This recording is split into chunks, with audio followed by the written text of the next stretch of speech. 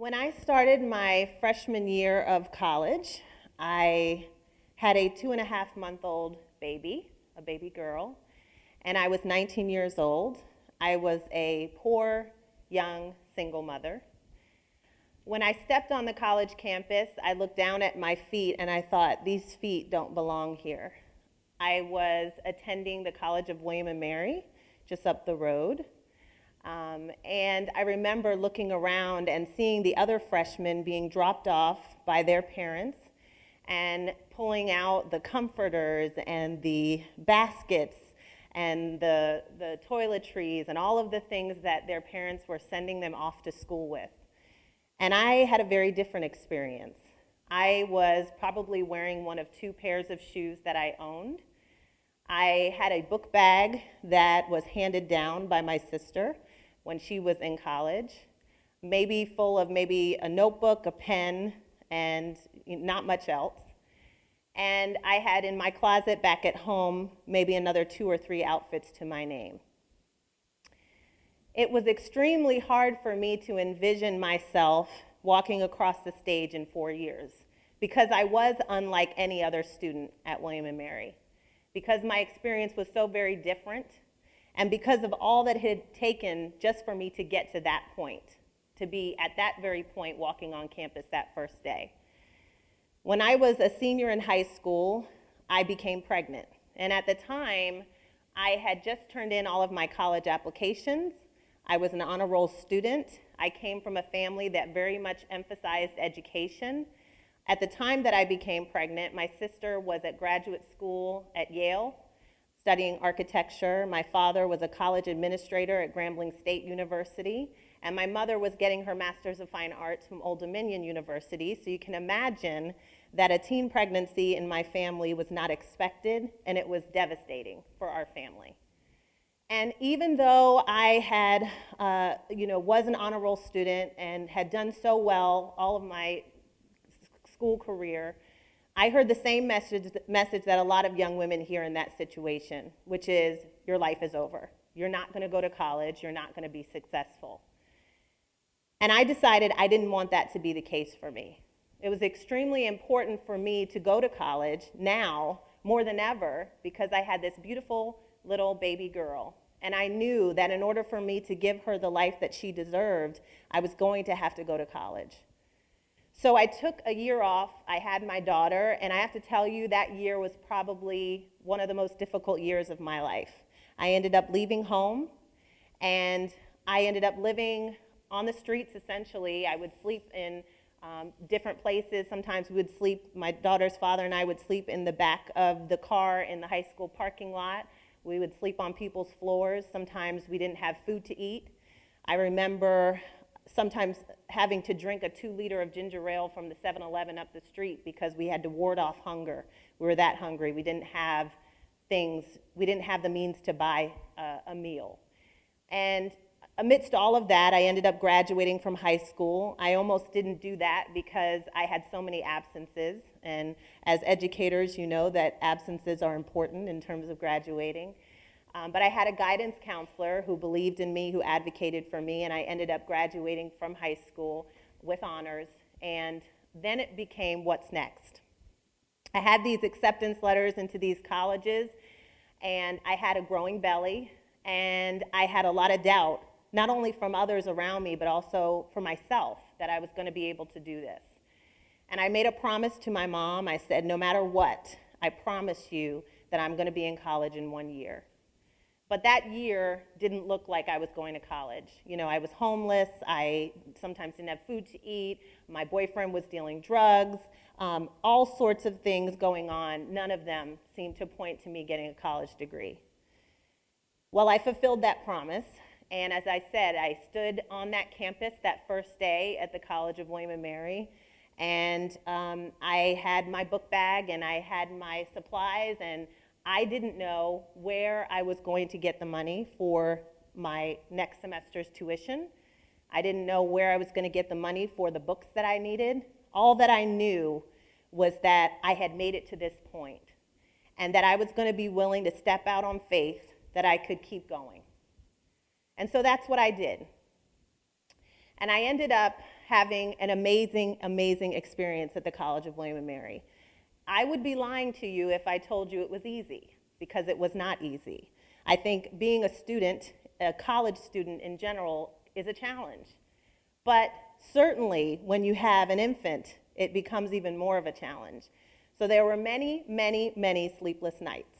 There were many nights where I had a midterm that I was studying for, and I had a teething baby.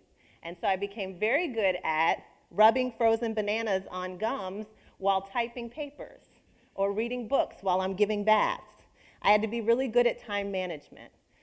I ended up leaving my daughter's father after the tumultuous relationship and the drug dealing became too much. And my summer of my freshman year, moved into a family housing apartment on campus. And in that family housing apartment, I was able to live a life as a college student that I will never forget, have memories that will stay with me forever, make lifelong friends. I ended up meeting my husband in college, a college football player. Just had a wonderful, wonderful experience. As I said, not easy. I remember going to the grocery store in the beginning of the semester and filling up my cart with maybe $20, $30 of groceries, getting to the register and having my card rejected because there wasn't enough funds in the bank, having to leave my groceries there and go home and think, how am I going to put food in this refrigerator? In fact, I ended up losing tons of weight when I was in college because I was eating applesauce and slices of cheese and the things that my little one was eating and just trying to make do. But I ended up, in 4 years, just like any other college student, graduating with high honors.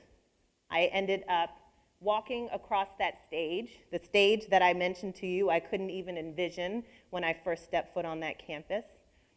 And when I walked across the stage, my little one, little Narissa, was holding onto my robe, and together we went and got my college diploma. And it was a surreal experience, a wonderful day. In fact, Queen Noor of Jordan spoke at our commencement ceremony. It was absolutely amazing.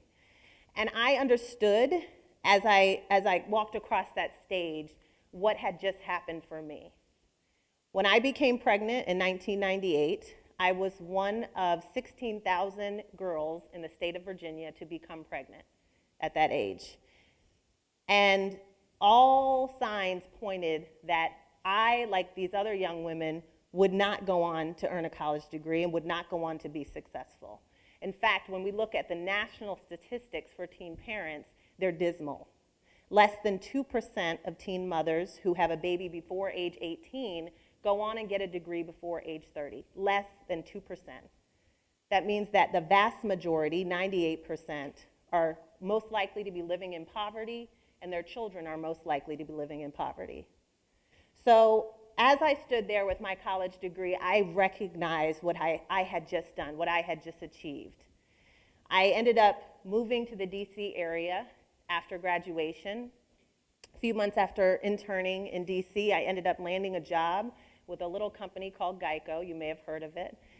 And I was doing regional public relations for them, and I went from not having food to eat, sleeping on people's floors, getting my card rejected at the grocery store, to flying in Warren Buffett's jet to meet with regional vice presidents of a billion-dollar company.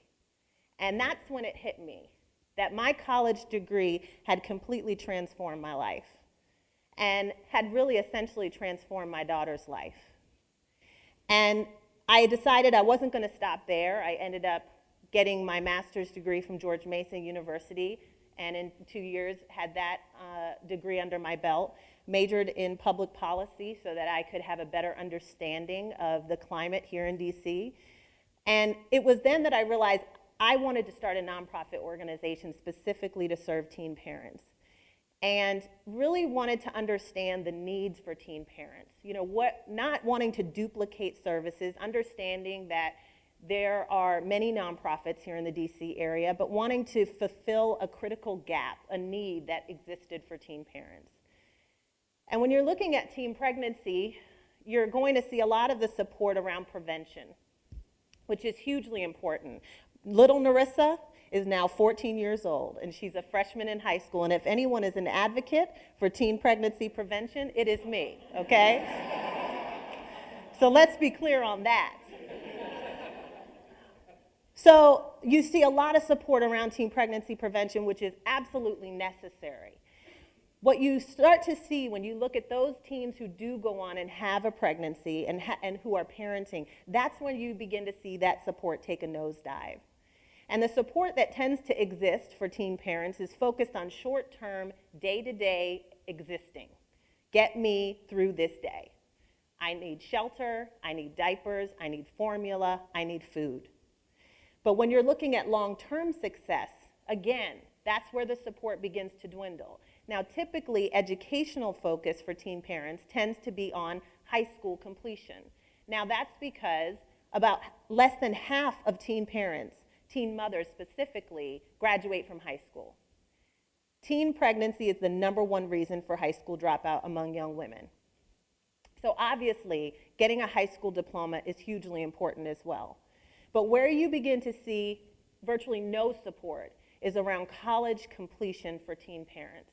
And it's so important for college completion to be a goal for this population because, as you and I know, a college degree is so essential to doing well, to living stably, to being able to provide for your child. And these young people are starting out already having a child. So this is so important.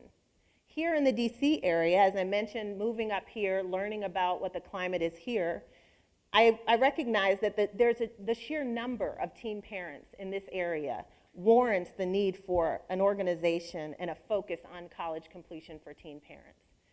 DC has the #1 teen pregnancy rate in the nation.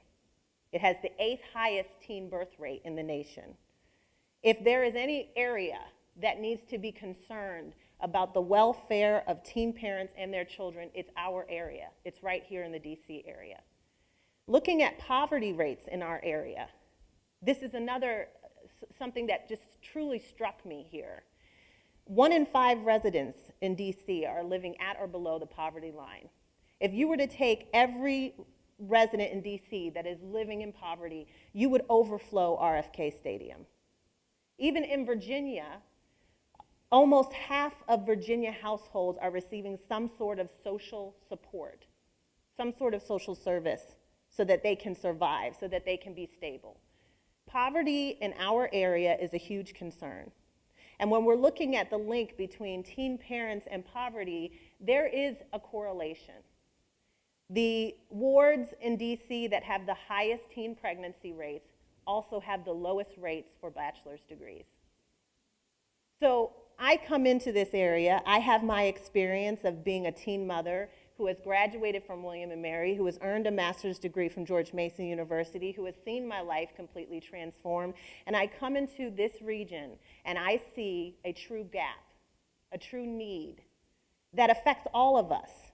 We all care about homelessness, we all care about children, we all care about families. But we are not looking at this missing link in the poverty discussion, and that is teen parents going on to earn 2- or 4-year degrees. And at that point, I said, I want to start a nonprofit organization that focuses on this issue. I want to fill that gap with our work. And so in 2010, I started Generation Hope. The sole focus of Generation Hope is teen parents and college completion here in the DC area. We work with teen mothers and we work with teen fathers. And we looked at what are the 2 biggest obstacles to teen parents earning their college degree. And they're 1, emotional support, and 2, financial support. So what we do is we build those supports back into a teen parent's life. Every scholar in our program receives up to $2,400 per year in tuition support, and they also receive one-on-one mentoring from a caring individual in the community. When we bring those 2 supports in and we stick with them with those supports all the way through their college career, we see the likelihood that they will earn a college degree go up. Now, I mentioned we began in 2010. We are just now starting our 3rd year of program services.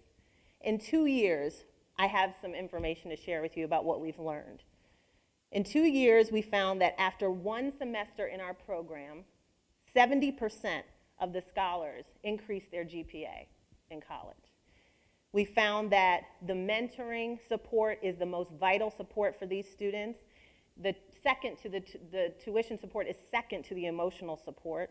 So if you have a teething baby, as I mentioned, and you can't pay your car note, and your mom is about to kick you out of the house with your son, you are not so much excited about that tuition check that we mail, but you feel like, hey, I have someone I can call on the phone and talk to, and they can tell me, don't give up. And that's what we're finding, is that support is huge for this population. I can tell you that when we believe in teen parents, the sky is absolutely the limit for this population. We have in our cohort of scholars, the Student Government Association president at Trinity Washington University is a Generation Hope Scholar. She's a teen mother. We have a student, the highest GPA in our program last semester was a perfect 4.0 at Howard University.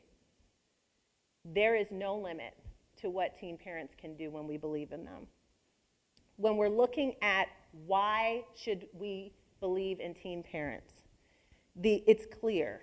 It's clear the impact that it will have on our community. The DC Alliance of Youth Advocates released a study about a year ago. They wanted to see who, looking at homeless youth in DC, what does it look like? Who is homeless in DC when it comes to young people? What are their specific needs? One of the things that absolutely shocked them was about almost 50% of homeless youth in DC are parents themselves. Young parents under the age of 24, living on the streets, couch hopping, or seeking shelter in homeless shelters with their children. Almost 50%. And when they asked, we looked into what are the main reasons for homelessness among this group, one of the most significant reasons was lack of education. If we invest in teen parents and their education, specifically their college education, we will see a huge impact on our community.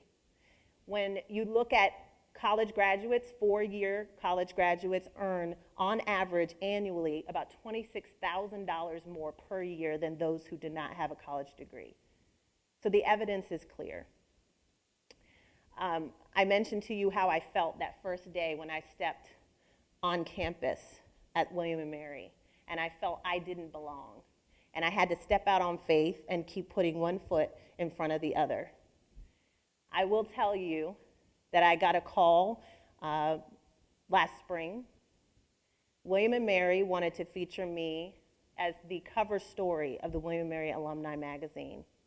It went to thousands of alumni of the university. And here I was sharing my story of being a teen parent, an unlikely student at that school. And now I was on the cover of their alumni magazine. And I share that with you to say that the sky is the limit. And I also share it with you to say, not just in talking about teen parents, but in anything that you do, in anything that you have in your life that you're trying to achieve, don't ever let anyone, including statistics, tell you it can't be done, because it absolutely can. Thank you.